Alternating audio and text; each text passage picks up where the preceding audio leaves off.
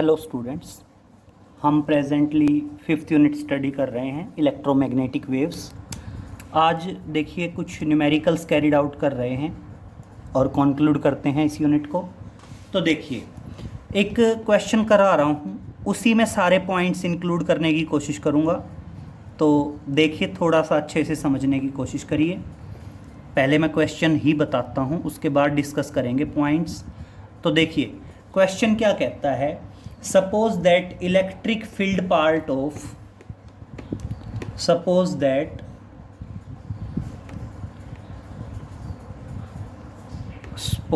suppose that electric field part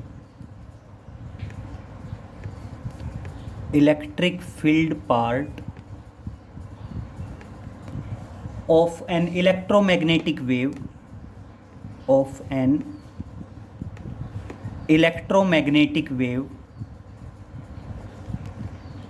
an electromagnetic wave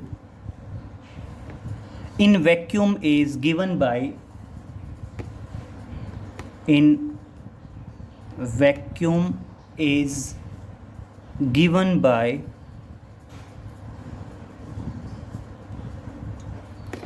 मान लो ये दिया है E is equal to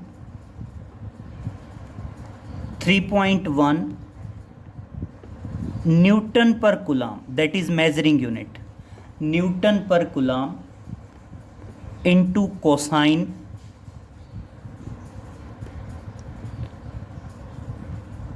1.8 radian per metre into Y plus 5.4 into 10⁸ radian per second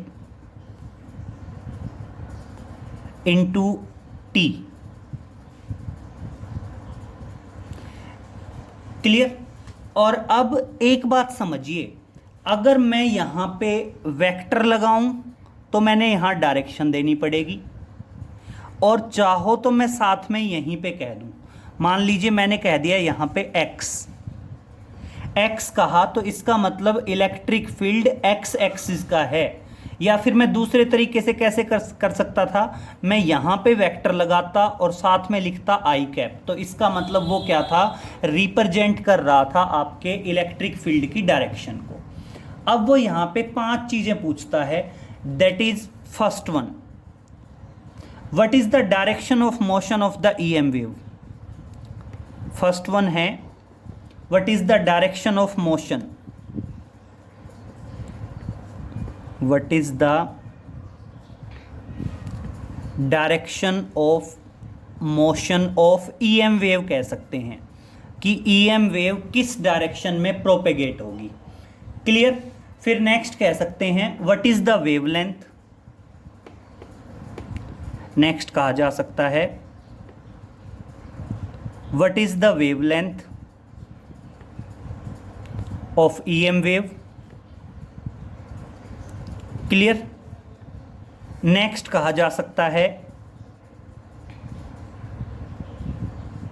what is the frequency of EM wave.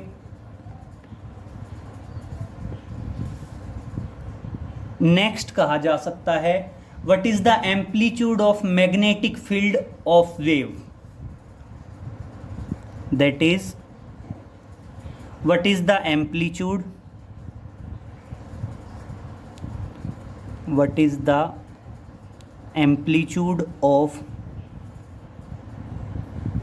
magnetic field part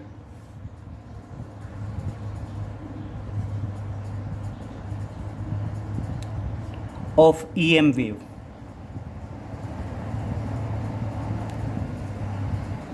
और last one कहा जा सकता है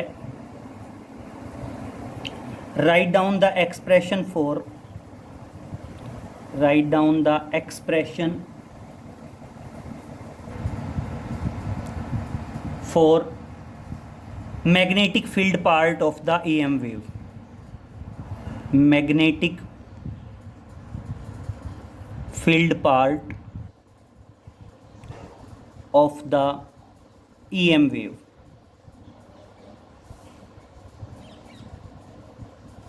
clear?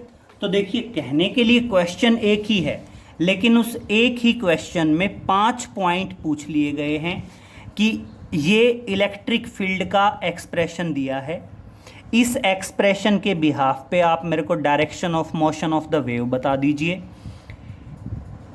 Wave की वेवलेंथ बता दीजिए, वेव की फ्रीक्वेंसी बता दीजिए, वेव के अंदर एम्पलीट्यूड बता दीजिए। मैग्नेटिक फील्ड का एक्सप्रेशन दिया है इलेक्ट्रिक फील्ड का, लेकिन एम्पलीट्यूड पूछा है मैग्नेटिक फील्ड का। और साथ में क्या कह दिया, एक्सप्रेशन फॉर इलेक्ट्रोमैग्नेटिक वेव बताइए। अब थोड़ा सा हम चले जाते हैं wave and oscillation, 11th class. बेटा, वेव की इक्वेशन जनरली क्या होती है, y is equal to a sine omega T plus या माइनस kx। क्लियर? बेटा, साइन भी हो सकता है, कोसाइन भी हो सकता है, हार्मोनिक वेव की बात कर रहे हैं। बिल्कुल डिट्टो उसी पैटर्न पे जाते हैं। E is equal to E naught sine omega T plus या माइनस kx। अब मेरी बात सुनिए, साइन की जगह कोस हो सकता है, x की जगह y भी हो सकता है, z भी हो सकता है। क्लियर? और बिल्कुल बिल्कुल डिट्टो यही एक्सप्रेशन मैग्नेटिक फील्ड का हो सकता है। B is equal to B naught sine omega T plus या माइनस kx। y भी हो सकता है x की जगह, और z भी हो सकता है। अब हम बात करेंगे इन दोनों एक्सप्रेशंस की।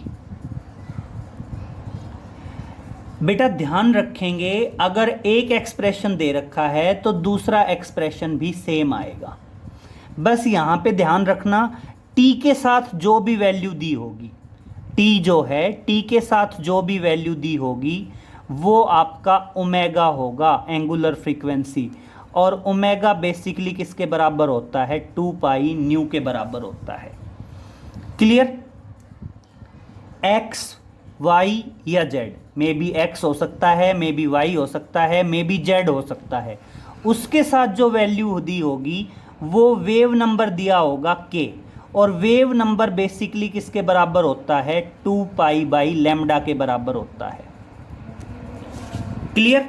तो ध्यान रखना, t के साथ जो एक्सप्रेशन दिया होगा, t के साथ जो वैल्यू दी होगी वो एंगुलर फ्रीक्वेंसी ओमेगा को रिप्रेजेंट करेगी, और वहां से फ्रीक्वेंसी निकाली जा सकती है।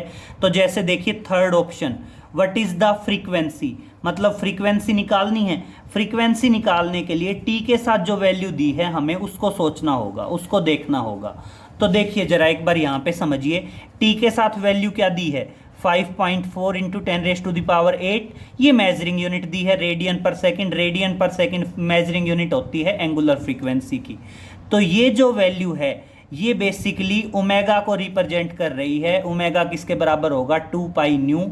और यहाँ से हम क्या कैलकुलेट कर देंगे, what is the frequency of the wave. ठीक है, फिर बात करते हैं बेटा वेवलेंथ। वेवलेंथ की बात करने के लिए एक्सप्रेशन में या तो x होगा या y होगा या z होगा। जैसे यहाँ पे देखिए इस एक्सप्रेशन में क्या दिया हुआ है, y। तो सिंपल सी बात है, x y या z, इसके साथ जो वैल्यू होती है वो k होती है। तो इसका मतलब y के साथ ये जो वैल्यू दी है 1.8, ये मेजरिंग यूनिट है रेडियन पर मीटर। तो ये बेसिकली किसके बराबर है, k के बराबर है, दैट इज वेव नंबर। और किसके बराबर होगा, 2 पाई बाई लैम्डा के बराबर होगा। सॉल्व करोगे तो लैम्डा की वैल्यू आ जाएगी, और लैम्डा क्या होगा, वेवलेंथ। तो समझ में आ गया फ्रीक्वेंसी कैसे निकलेगी, वेवलेंथ कैसे निकलेगी। अब बात करते हैं डायरेक्शन ऑफ मोशन। बेटा, हम ये जो वेव बनाते थे, इस वेव के अंदर ये जो x या y या z जो भी आता है वो direction of motion of wave को रिप्रेजेंट करता है। तो इसका मतलब ये जो एक्सप्रेशन है, इस एक्सप्रेशन में x आएगा, y आएगा या z आएगा, वो किसको शो करेगा? डायरेक्शन ऑफ वेव को शो करेगा। लेकिन एक प्रॉब्लम है बेटा, ध्यान रखना, प्लस भी आ सकता है माइनस भी, तो मे बी प्लस x हो सकता है या माइनस x हो सकता है, प्लस y हो सकता है, माइनस y हो सकता है, प्लस z हो सकता है, माइनस z हो सकता है। बस ध्यान रखना, अगर प्लस x दे रखा हो तो वेव की डायरेक्शन माइनस एक्स होगी, माइनस एक्स दे रखा हो तो वेव की डायरेक्शन प्लस एक्स होगी। तो जैसे यहाँ पे देखें, यहाँ एक्सप्रेशन में क्या दे रखा है? y, तो इसका मतलब वेव की डायरेक्शन क्या है? y, लेकिन पॉजिटिव y है तो नेगेटिव y एक्सिस में होगी, नेगेटिव y होता तो पॉजिटिव y एक्सिस में होती। क्लियर? तो आपका ये जो एक्सप्रेशन है, इस एक्सप्रेशन के बेसिस पे हम पहले 3 पॉइंट कैरिड आउट कर सकते हैं वेरी इजीली। कैसे कर सकते हैं वेरी इजीली? कि t के साथ जो वैल्यू होगी उसको ओमेगा के बराबर रखो, ओमेगा 2 पाई न्यू के बराबर होगा, वहां से हम फ्रीक्वेंसी निकाल सकते हैं। x, y या z जो वैल्यू दी होगी उसको k के बराबर रखो, 2 पाई बाई लैम्डा, और वेव लेंथ निकाल सकते हैं। y के साथ जो वैल्यू दी है उसको k के बराबर रखो, 2 pi by lambda, wave length निकल जाएगी। फिर x, y या z वो जो है वो डायरेक्शन ऑफ वेव देगा, तो अगर प्लस एक्स है तो माइनस एक्स, माइनस एक्स है तो प्लस एक्स। जैसे यहाँ पे प्लस वाई था तो वेव की डायरेक्शन क्या हो जाएगी? Minus Y axis. हो गया। अब देखिए, मैंने बताया था साइन या कोसाइन कुछ भी हो सकता है, उसके आगे जो वैल्यू दी होगी, अगर इलेक्ट्रिक फील्ड का एक्सप्रेशन है तो ई नॉट की वैल्यू होगी। ई नॉट मतलब amplitude of magnetic electric field. और अगर मैग्नेटिक फील्ड का एक्सप्रेशन है तो क्या वैल्यू दी होगी? B naught. बी नॉट क्या है? Amplitude of magnetic field. और अब देखिए, आपने एक प्रॉपर्टी पढ़ी थी इलेक्ट्रोमैग्नेटिक वेव की कि E naught by B naught is equal to C. C हमें पता ही है, that is speed of light. इसका मतलब अगर ई नॉट दे रखा हो तो बी नॉट निकाल सकते हैं, बी नॉट दे रखा हो तो ई नॉट निकाल सकते हैं। तो देखिए, E is equal to E naught, sine या कोसाइन। तो देखो यहाँ पे कोसाइन है, तो इसका मतलब कोसाइन के आगे ये जो वैल्यू दे रखी है, ये वैल्यू किसको रिप्रेजेंट कर रही है? ई नॉट को रिप्रेजेंट कर रही है। तो ई नॉट हमें दे रखा है, सी हमें पता है, क्या निकल जाएगा? B naught. और बी नॉट अपने आप में क्या होगा? That is amplitude of magnetic field. और बस फिर लास्ट वन हो जाएगा, एक्सप्रेशन ऑफ मैग्नेटिक फील्ड लिखना है। तो देखिए, कैरिड आउट करने की कोशिश करेंगे, ये आप नोट डाउन कर लेंगे अच्छे से। तो देखिए, बात करते हैं इन्हीं पॉइंट्स की। तो सबसे पहले हम सॉल्यूशन पे आते हैं, ठीक है। सॉल्यूशन में फर्स्ट वन आता है भाई, पॉजिटिव प्लस वाई था, तो इसका मतलब ई एम वेव कहाँ ट्रेवल करेंगी? माइनस वाई एक्सिस के अलोंग ट्रेवल करेंगी। ठीक है, तो क्या बताओगे?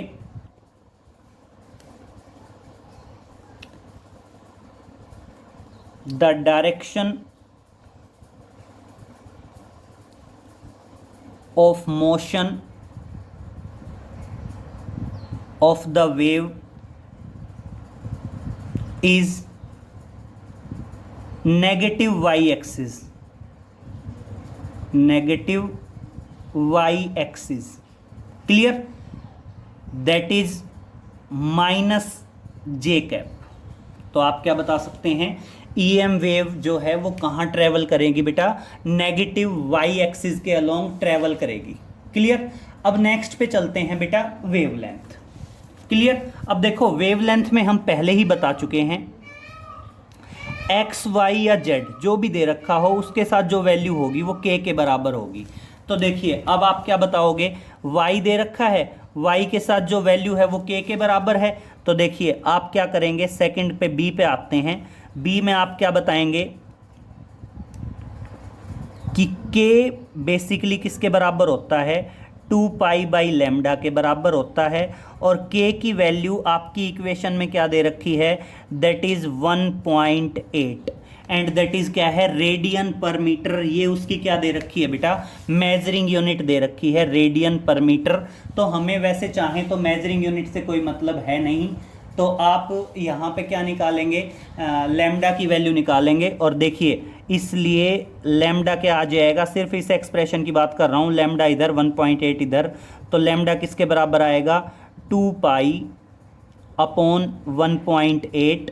बेटा पाई की वैल्यू आपको पता होती है, दैट इज़ 3.14, और आपके ये वैल्यू दे रखी है 1.8, और बेटा सॉल्व करेंगे तो ये नियर अबाउट आता है 3.5 मीटर, दैट इज़ 3.49, और इस तरह से वेवलेंथ आ गई दैट इज़ 3.49, और वेवलेंथ की मेजरिंग यूनिट होगी metre.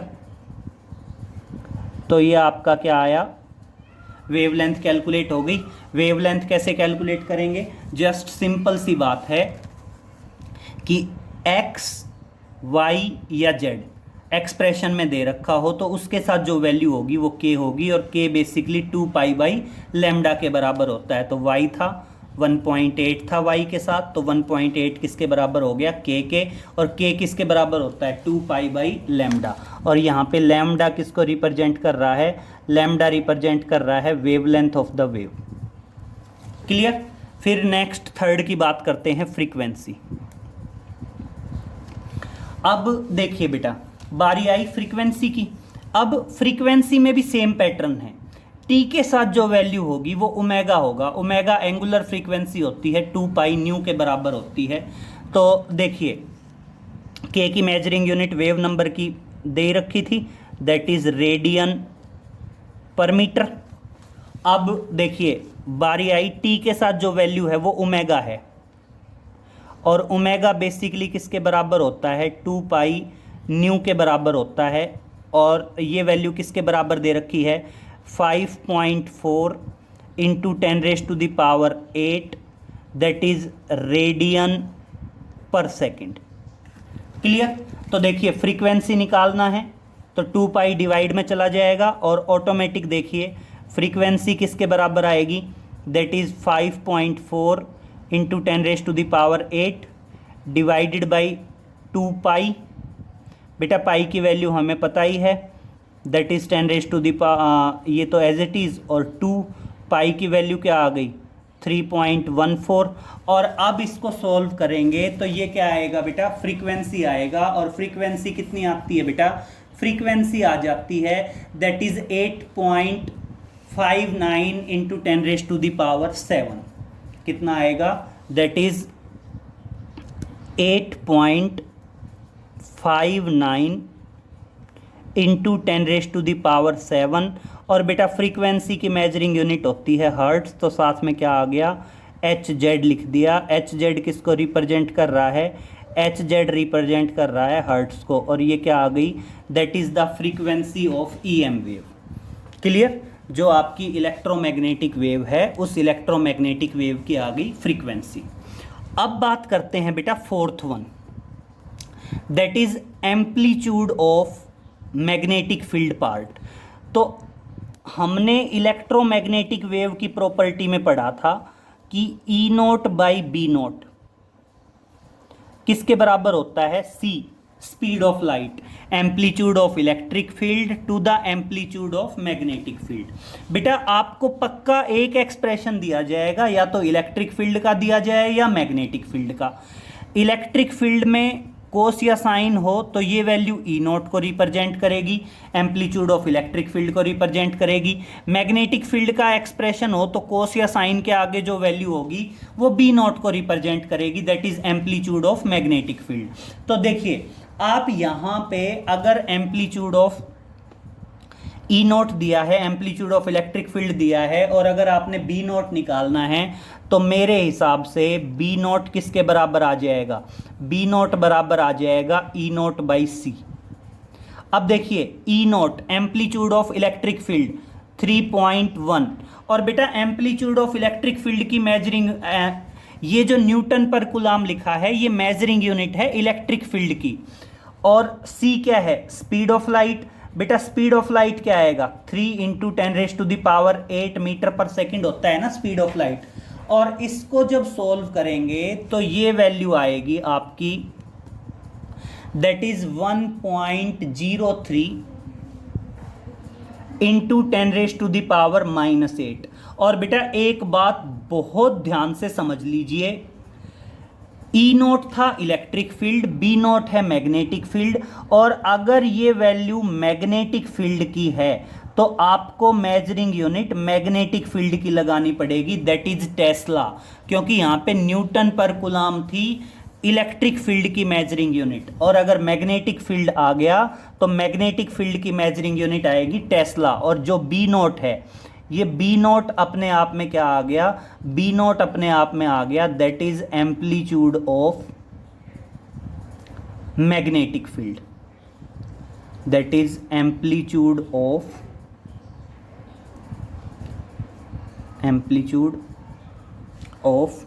Magnetic field,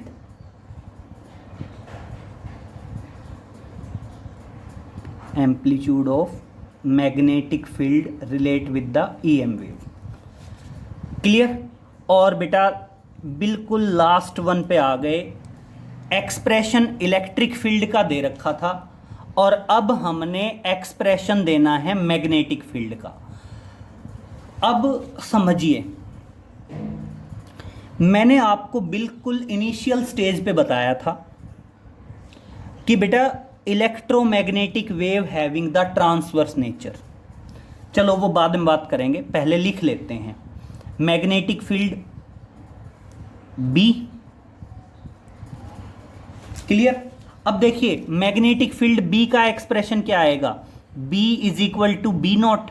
B naught की वैल्यू हमारे पास है, बी नॉट की वैल्यू क्या आई एक बार बताना, बी नॉट की value I 1.03 into 10⁻⁻8 that is Tesla.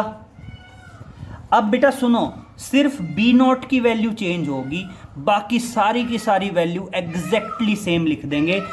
सिर्फ जैसे ये ई नॉट की जगह बी नॉट, बाकी पूरी की पूरी वैल्यू एग्जैक्टली सेम लिखी जाएगी। एग्जैक्टली सेम बताना क्या है, that is cos of the क्या 1.8 radian per metre into Y plus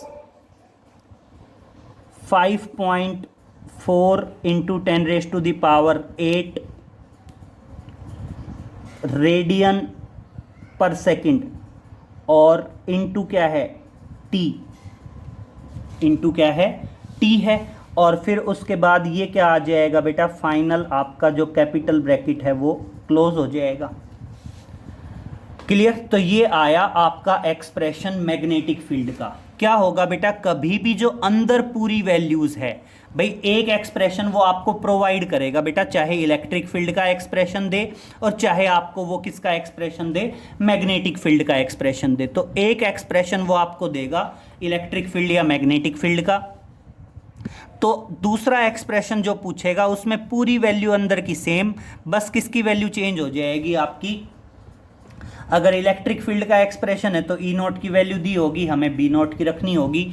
अब एक पॉइंट और जो ध्यान रखना है, वो पॉइंट क्या है बेटा, इलेक्ट्रिक फील्ड एक्स एक्सिस में था, ईएम वेव की डायरेक्शन वाई एक्सिस आ गई, तो एक्स और वाई आ गया, बच गया क्या, जेड।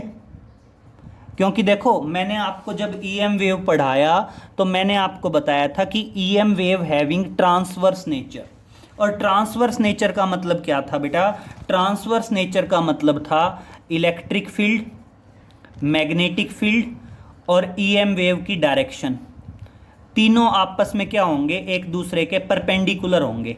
एक दूसरे के परपेंडिकुलर कैसे, जैसे एक्स एक्सिस, वाई एक्सिस और जेड एक्सिस आपस में म्यूचुअली परपेंडिकुलर है। तो देखो इलेक्ट्रिक फील्ड एक्स एक्सिस हो गया, ईएम वेव वाई एक्सिस आ गई, तो बच गया क्या, जेड। और इसलिए इलेक्ट्रिक फील्ड की डायरेक्शन क्या आ गई बेटा, जेड एक्सिस आ गई। बस आप ध्यान रखोगे पॉजिटिव जेड एक्सिस या नेगेटिव जेड एक्सिस, और वो कहाँ से दी जाएगी, मैंने आपको बताया था कि ईएम वेव की डायरेक्शन दी जाती है ई क्रॉस बी करके। तो ई क्रॉस बी का यूज करके हम कैलकुलेट कर लेंगे कि जो मैग्नेटिक फील्ड है वो जेड एक्सिस है या नेगेटिव जेड एक्सिस है। जैसे यहाँ पे पॉजिटिव जेड एक्सिस आ रहा है तो पॉजिटिव जेड एक्सिस हो गई यहाँ पे वैल्यू, तो मतलब अगर बी जेड लिखा जा सकता है या वेक्टर लगा के क्या लगाया जा सकता था, के कैप लगाया जा सकता था। क्लियर? तो बेटा मैंने अपनी तरफ से एक ही क्वेश्चन में पांचों पॉइंट एक्सप्लेन करने की कोशिश की है। तो देखिए इसी तरह का एक क्वेश्चन और हम रफली कैरिड आउट करने की कोशिश करेंगे। देखिए समझिए, एक क्वेश्चन और कैरिड आउट कर देते हैं जिससे आपको क्लियर हो जाए कि अच्छे से समझ में आ जाए कि क्या करना है, कैसे करना है। तो देखिए हम एक एक्सप्रेशन और लिख रहे हैं। मान लीजिए हम क्वेश्चन कहते हैं ये, एक मिनट रुकिए। मान लीजिए हमने क्वेश्चन लिया ये कि एक्सप्रेशन दिया है आपका किसका, इलेक्ट्रिक मैग्नेटिक फील्ड का। मान लीजिए दिया है B इज इक्वल टू और 3 × 10⁻⁻⁷ that is sine 1.5x plus 5 × 10⁸ और इंटू कैपिटल T।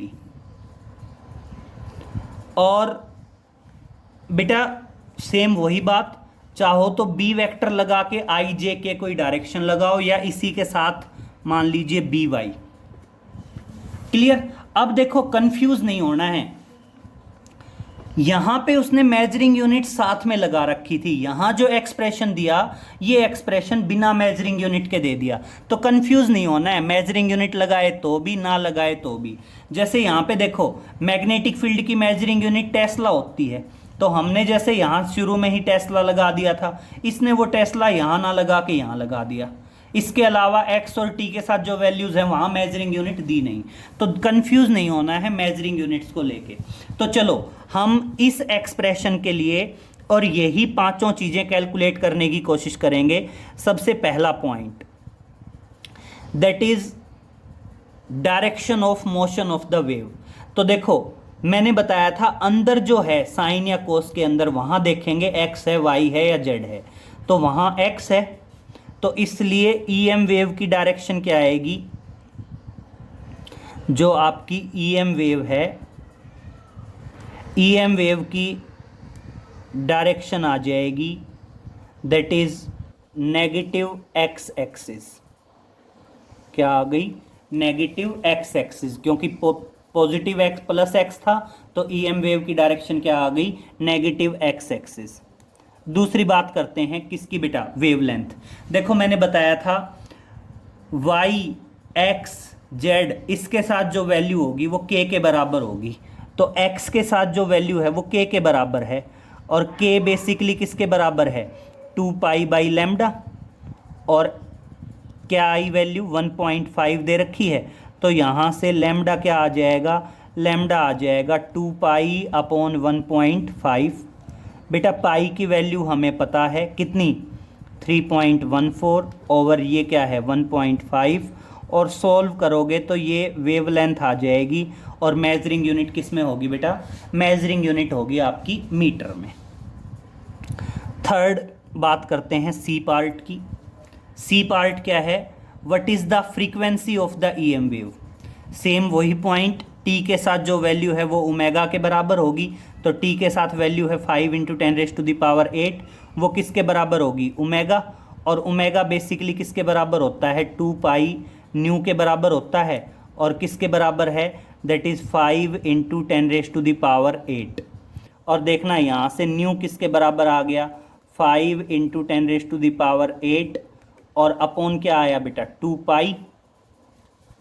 और देखिए पाई की वैल्यू रखिए 5 × 10⁸। पाई की वैल्यू क्या आ जाएगी, 2 × 3.14।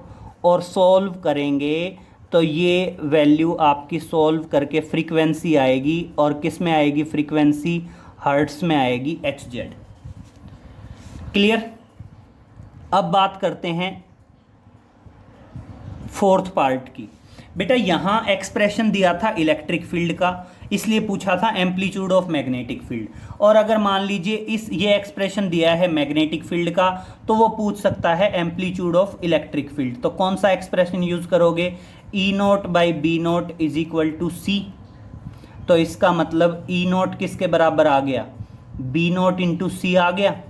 बी नॉट आपको दे रखा है 3 इंटू 10⁻⁻7 इंटू सी क्या है speed of light 3 into 10⁻8 3 into 3 9 -7 + 8 तो क्या आ जाएगा 9 इंटू 10⁻1 आ गया और कुल मिला के क्या आ गया 90।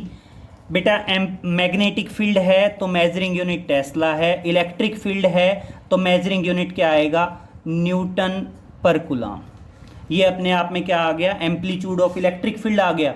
और अब बात करते हैं लास्ट और fifth one, expression of electric field दिया था तो मैग्नेटिक फील्ड पूछा था, मैग्नेटिक फील्ड दिया है तो इलेक्ट्रिक फील्ड पूछा जाएगा और क्या आएगा E = E0, E0 की वैल्यू 90। बाकी पूरा सेम लिख देंगे, यही सेम क्या आ जाएगा that is sine 1.5x plus 5 into 10⁸8t। लेकिन टेस्ला की बजाय क्या आएगा बेटा न्यूटन पर कूलम आएगा क्योंकि इलेक्ट्रिक फील्ड है। अब इलेक्ट्रिक फील्ड की डायरेक्शन देखिए y आ गया x आ गया बच के आ गया z, तो इलेक्ट्रिक फील्ड कहाँ आएगा z एक्सिस में आएगा। अब बस ये देखना है नेगेटिव z एक्सिस या पॉजिटिव z एक्सिस। कैसे देखेंगे बेटा सेम वही पैटर्न E क्रॉस B। तो देखो आप क्या कहते हो E cross B EM wave की डायरेक्शन देता है, ठीक है। तो EM वेव की डायरेक्शन है negative x axis, negative x axis मतलब -i। मैग्नेटिक फील्ड का दे रखा है y मतलब j।